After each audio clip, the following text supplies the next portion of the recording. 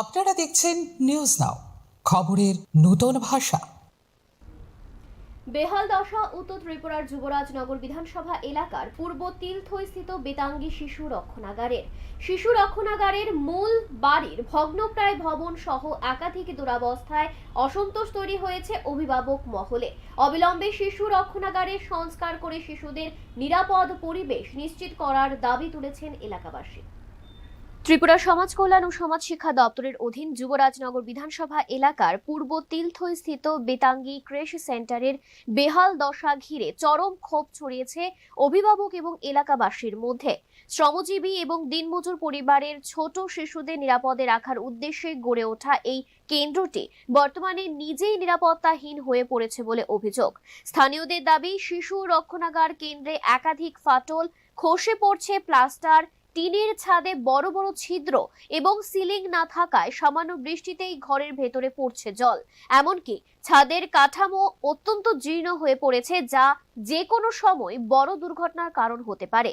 শিশুদের জন্য নেই পর্যাপ্ত বিছানা, মানসম্মত রান্নাঘর এবং ব্যবহারযোগ্য শৌচালয়ের ব্যবস্থা।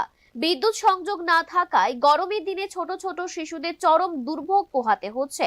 কেন্দ্রের চারপাশ জঙ্গলে ঘেরা হওয়ায় সাপ সহ বিষাক্ত প্রাণীর আতঙ্ক রয়েছে। পাশাপাশি কোনো বাউন্ডারি দেওয়াল না থাকায় শিশুদের নিরাপত্তা নিয়েও উদ্বেগ প্রকাশ করেছেন অভিভাবকেরা।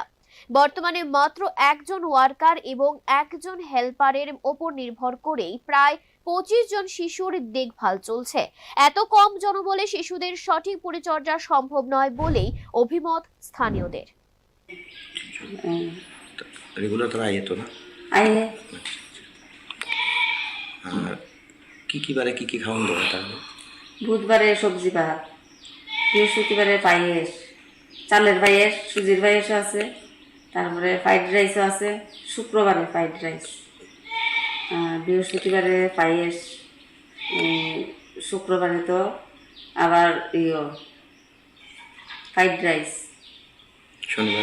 শনিবারে সুজির পায়েস। অন্যদিকে সরকারি তালিকায় থাকা খাদ্য সামগ্রী শিশুদের কাছে ঠিকমতো পৌঁছায় না বলেও অভিযোগ উঠেছে। ফলে সরকারি বরাদ্দের স্বচ্ছতা নিয়েও প্রশ্ন তুলেছেন অভিভাবকেরা। অবিলম্বে ক্রেশ সেন্টারের পূর্ণাঙ্গ সংস্কারে দাবি তুলেছেন এলাকাবাসী।